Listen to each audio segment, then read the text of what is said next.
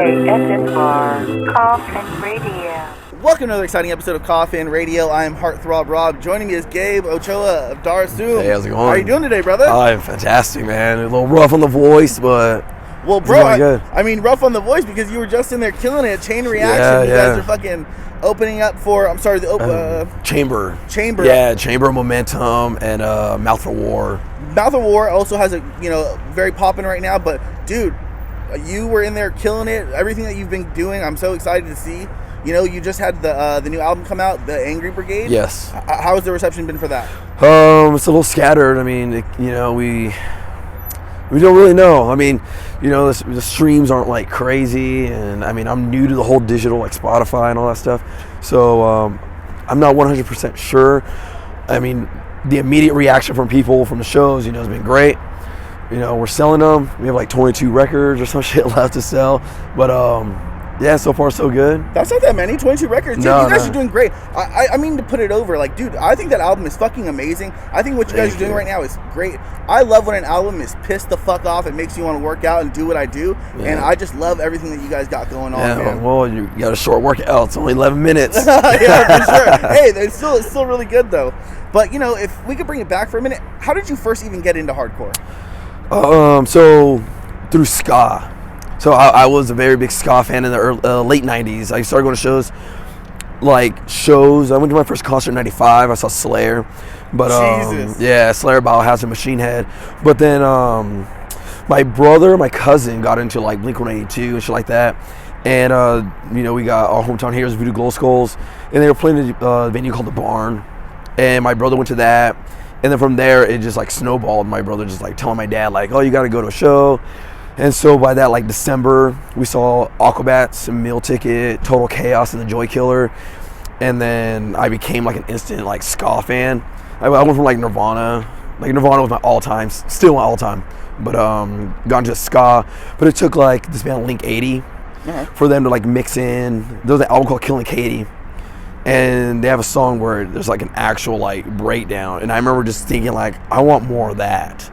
And I already like was seeing bands like Straight Face, Notice a Victim, this band called Gat Rot, Consecrate, like all kinds of like I seen like 18 Visions doing like their like Lifeless era stuff, and but it took Link 80 for me to go like to connect the dots, of like, oh, that's what it is. I want more of that, and this from there just became a fucking big deal to me. Like, I mean, I got rid of like all my Nirvana shit, which I kick myself in the ass now. Like, I know. God, dude. Things were different back then, like it was just, if it was underground music, it was underground music. Yeah. Plus in the Southern California scene, it was burgeoning. We had a lot of cool shit going on, Yeah. So to see all that, like, at such a young age and, at the late 90s like that was, that's so dope to get that, man. So how did you like, start getting into hardcore bands? Obviously Lincoln 80 gets you into... Yeah, hardcore. So I went to a show in Claremont. This place called the Yak, the Youth Activity Center in Claremont. It's a skate park, youth activity center thing. And I was seeing this band called Collision, Upper Hand, Cast in Stone, and In Reply, who was As Hope Dies now. Well, not now, but they turned into As Hope Dies. But I went to that show and I met a guy named Jason, who became one of the singers of Death Star. And he basically like took me under his wing, introduced me to like every single Redlands dude, or girl, whatever, like the whole Eyewitness dudes. And from there it just like I started meeting everybody. Like I feel like from just meeting him, I was meeting the hardcore world.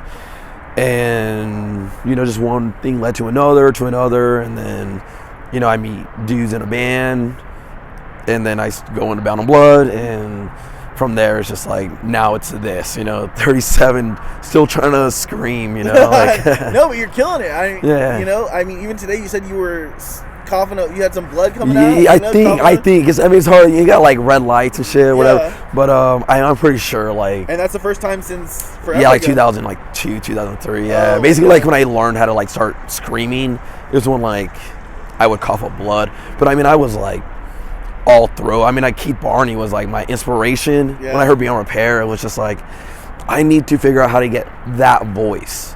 And all I knew how to do at the time was like do all throat.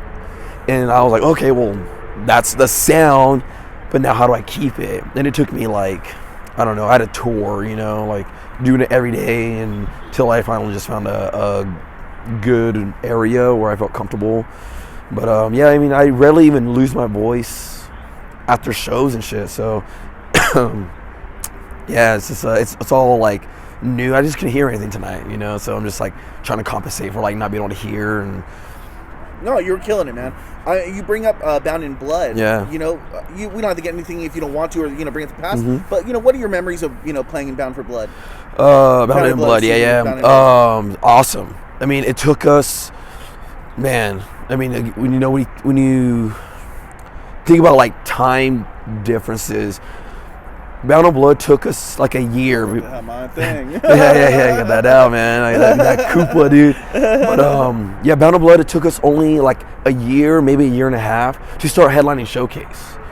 And with Darasuum, I mean, technically we're on year 5 as a band.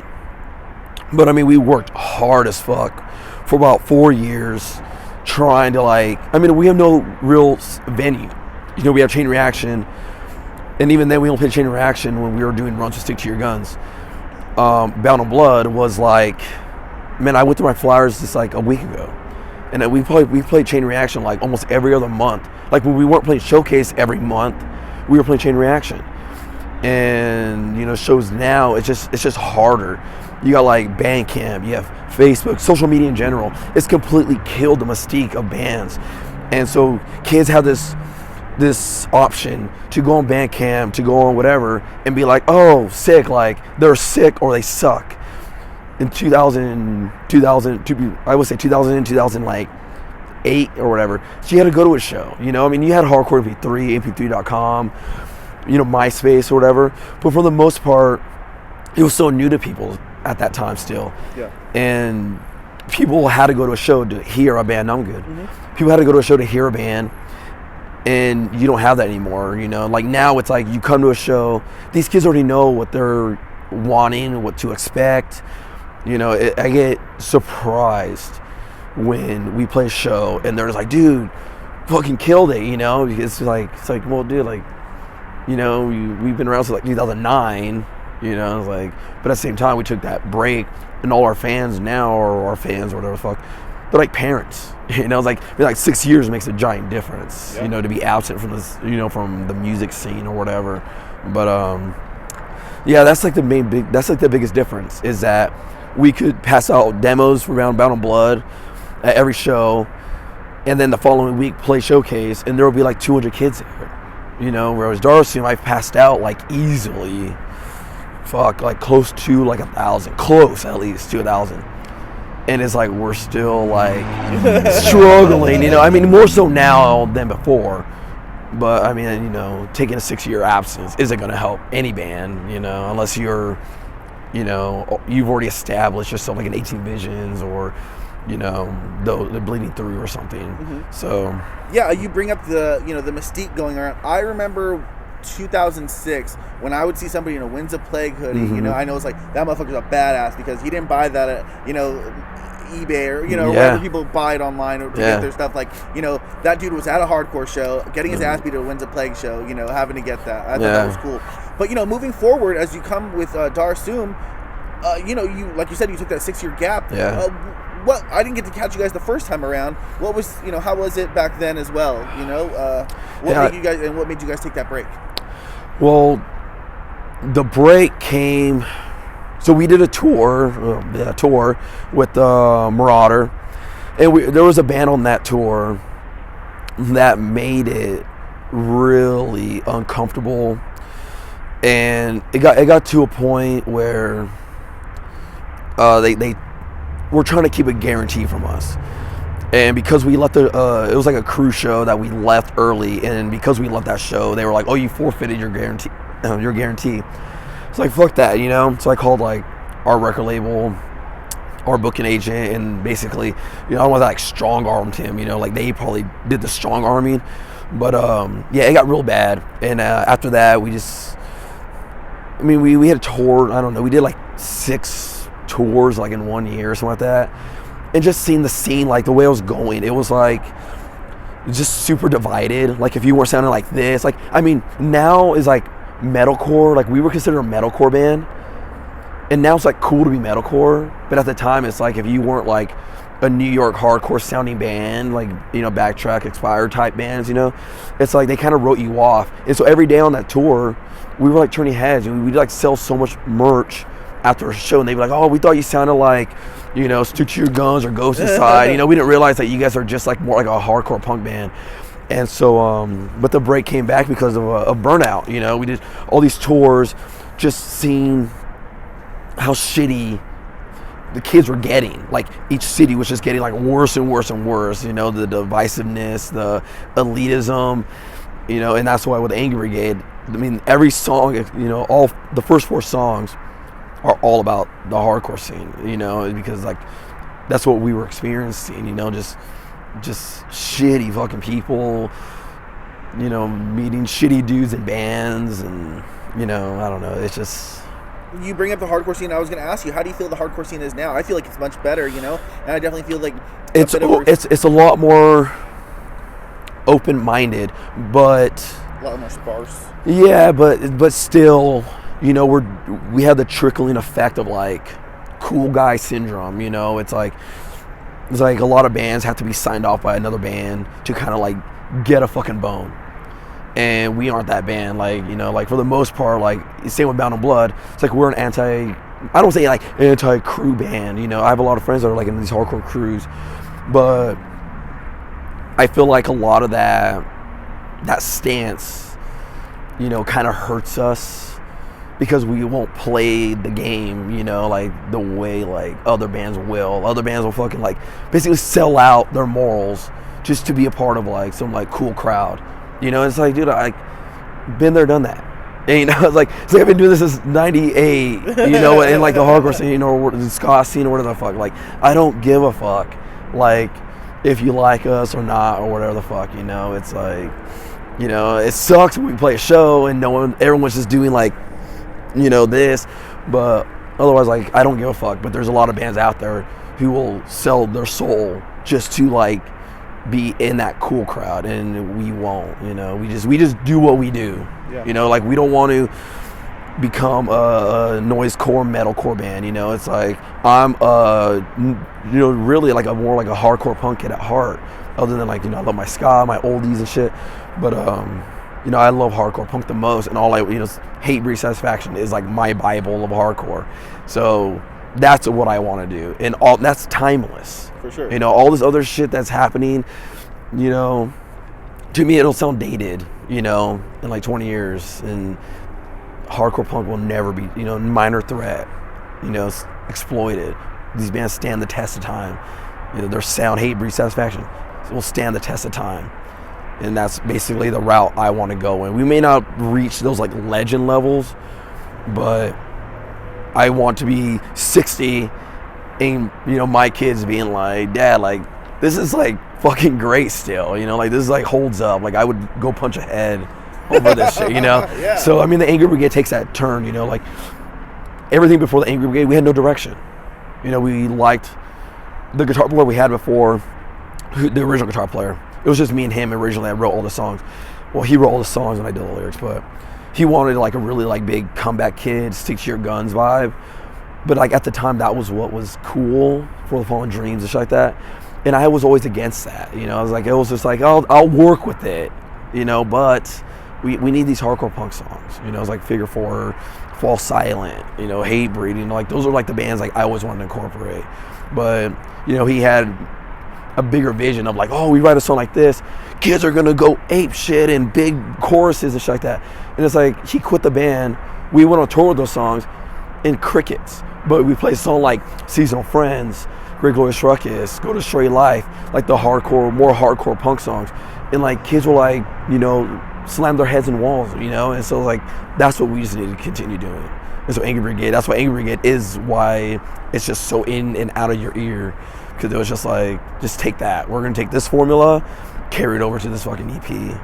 Yeah, I was gonna ask you what direction were you guys trying to take that album in, but I think you answered my fucking question. You guys really fucking took it there, and I think it will withstand the test of time, dude. I hope. You can't always be chasing what's hot right now. Like you said, you need to put stuff that's gonna sound great another 20 years from now. Yeah. You've been in the scene for a long time, and I love that you have that secondary account with Past Ones Nourished. Yes. How do you keep all that stuff? Did you know at the time like this shit is gonna mean something? You know what I mean? Because you have flyers from Showcase, Troubadour, whatever it might be.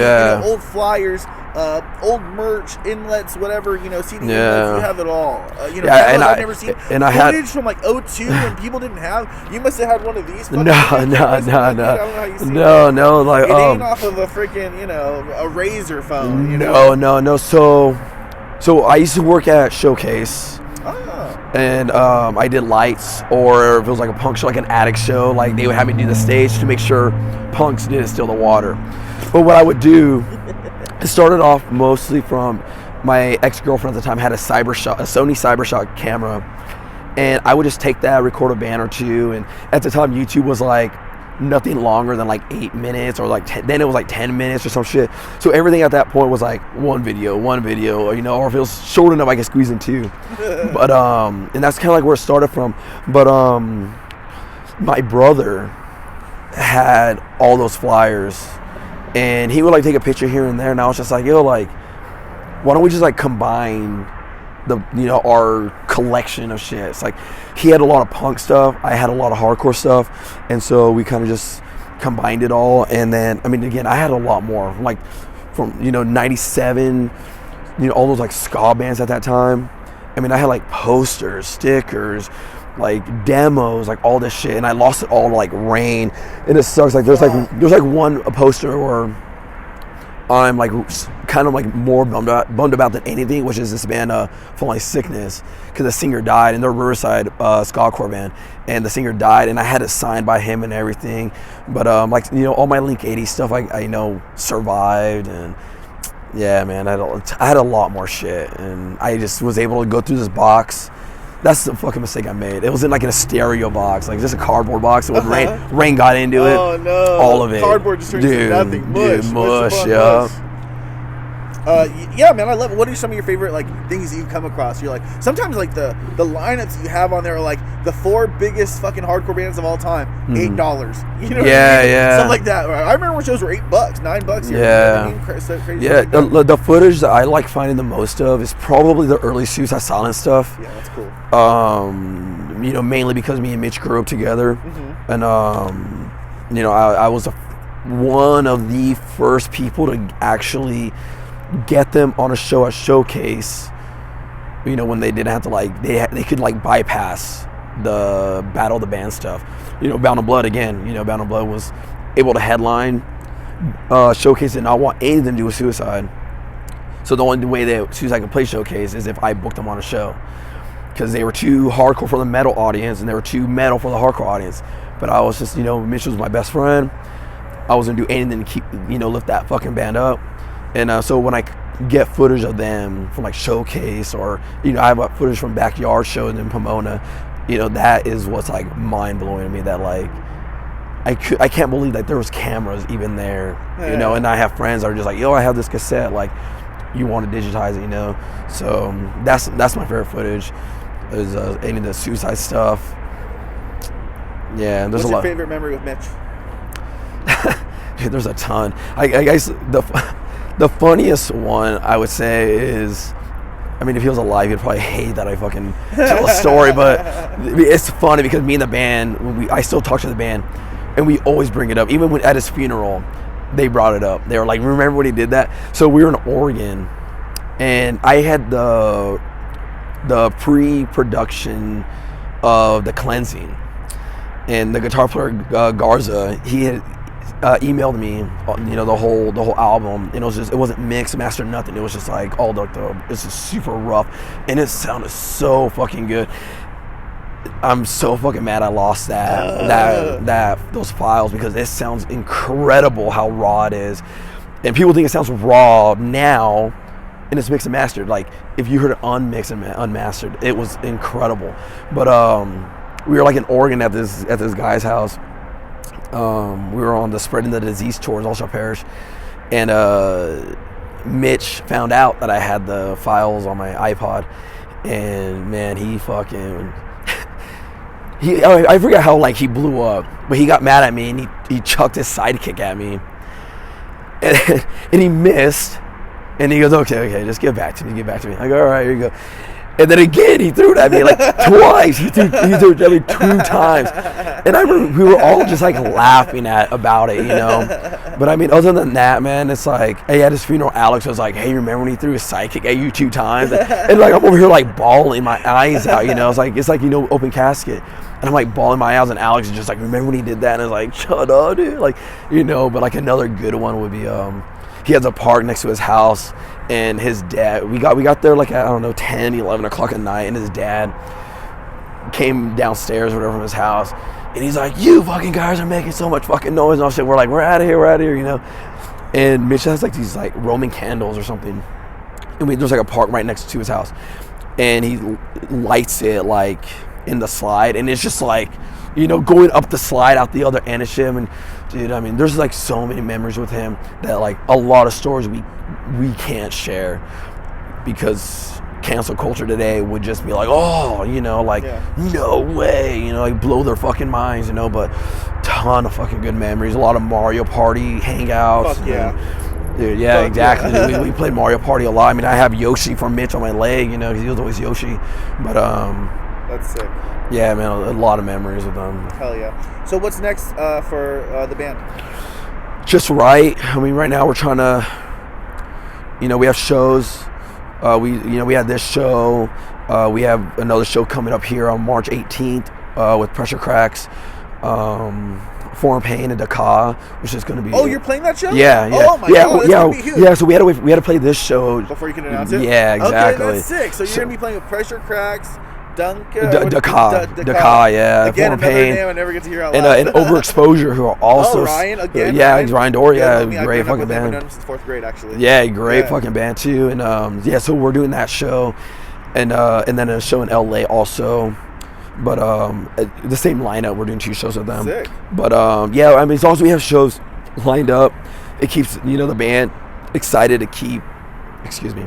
We have the band's excited to keep getting together, keep writing and shit. And so yeah, hopefully we can try to get a full length written, and you know, maybe better opportunities will come. You know, even though it's hard because we don't want to tour, but you know, you never know what'll happen. You guys are having fun, man, and It's fucking all- playing pissed off music. I enjoy it. Where can people follow you on social media?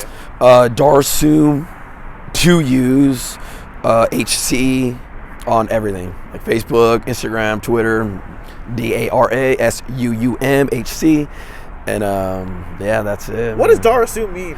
It means eternal in Mandoa. It's Star Wars. Oh, shit. sick. Yeah. I'm like, where are they from? Yeah. Star Wars? Yeah, you know, like, yeah, we were I'm an thinking, idiot. I'm like, oh, respect. yeah, we were trying to, like, we were thinking about rebranding and everything, but it's just like, you know, people were just like, yo, like, you're already building the momentum again. Just keep the fucking name, tough it out. And I'm like, man. Go with it, man. I love it. Thank you so much, man. I appreciate Thank you, it man. so much. Appreciate After the show, I appreciate it. You guys are fucking amazing. Thank you you so much.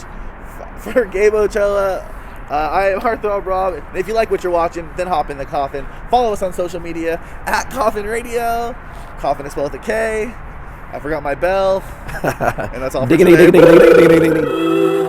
ASMR Coffin Radio.